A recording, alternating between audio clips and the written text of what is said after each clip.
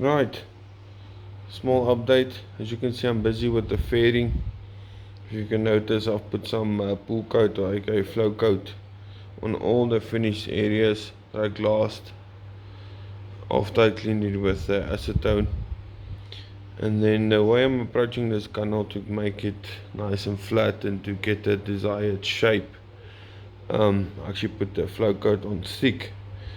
And now I started sanding the top with Ryobi with a flat sander. It's 80 grit, just to get the general flat shape I want. And then if you can notice, there's some small divots in the finish, and obviously when you're glassing like I did here, you end up with a little bump this side and a bump that side. Then it goes down, and the following bend it does the same thing, so it stands out. So I'm exposing that area now, and I'm still keeping like a flat surface, because you can see this line here and that one there gives me indication that I'm can you say doing a flat sand on both sides. So I'm keeping that shape right through. So I'll probably keep on sanding it till it's 80% flat, basically like this area, because I don't want to take off too much glass, because it will expose this joint, this side, that where I basically put that gunnel together. It's sitting right on this edge here, so I can weaken it or open it up if I glass too, if I sand too much. So I'm just keeping a light sand right through. And like I said previously, this flow coat or gel coat, it actually closes a lot of little imperfection, pinholes, stuff like that. So it gives you a much better sanding surface. And then this powder, you can see from the flow coat, actually makes it much easier. It doesn't make your sanding disc clog up as much. It's almost like a like people used to use a crayon, like not a crayon, a chalk on the sanding paper to keep it from clogging. So this keeps my discs working for much longer. You can see I tested. I came in with some filler for the divot just to fill it up, make it flat. So that's what I'm gonna do at the end, right through. I'm gonna use fiber filler or a body filler just to fill up this divot, basically on the inside where it's lower than on the outside. And then so I don't have to sand on the inside. You can still see the glass marks after I put some gel coat nice and thick. You can see it folds up a lot of the divots, pinholes and stuff. Now you can actually see how rough it is, how rough glassing is, the chop strand is. So I'm going to sand this as well so it looks the same as this. And then basically come over from this side or that side with the filler, a fine filler, and fill everything up and then shape it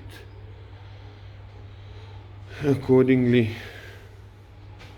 And we should have a good finish, a very good finish to start off with. I actually tested it on the opposite side.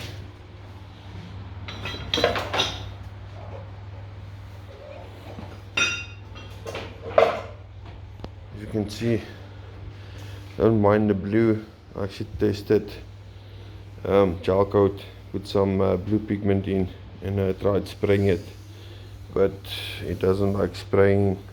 I actually sanded it a little bit. I tested the flow coat diluted, which gave me a good finish, but it's so thin that it actually, how can I say, it doesn't, you're gonna have to do a few coats to actually get the proper coverage. So diluting it didn't help, and then I just put it in with a catalyst and I sprayed it and it gave me this rough texture. You can see I actually sanded all the bumps off on the top. It didn't look bad, but I'm gonna go for a nice smooth finish. So at the end the result looks alright. Still have to do the back part of it, but in general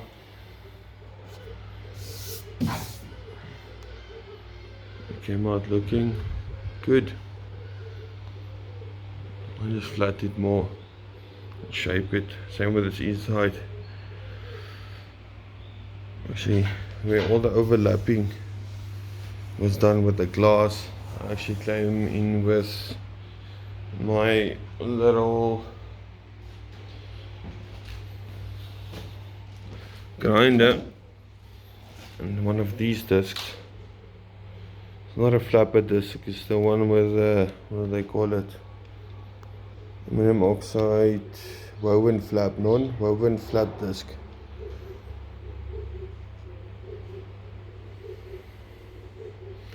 It's actually not bad. It's not too abrasive as a flapper disc. So I roughly went over all of those layouts. You can see stuff like that. The overlays.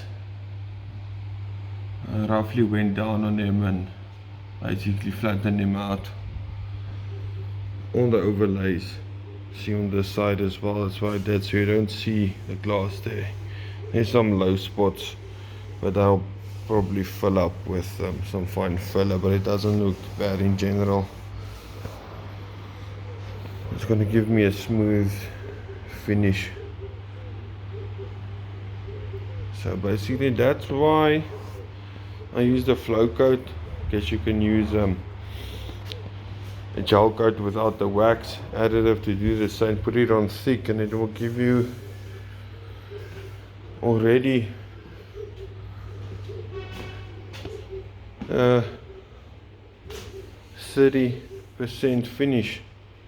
On this side actually, this is probably 2 or 3 coats of gel coat. The first layer put on, sand it back. Second one, put it on, sand it back, as you can see there.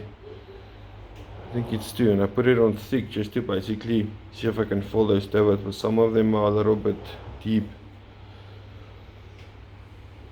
So I decided, I actually just sanded it now lightly to see what the finish looks like. Some areas it filled up nicely without any filler. As you can see there, that's smooth. No issues there. And then those little small buggers are still left. So it's coming along nicely. You can see the boat's full of colors. I'm testing different methods of applying gel coat. This was the same. It doesn't want to spray nice. I'm going to use a 2-pack to actually do this at the end of the day to get better results. Yeah, there's a small update.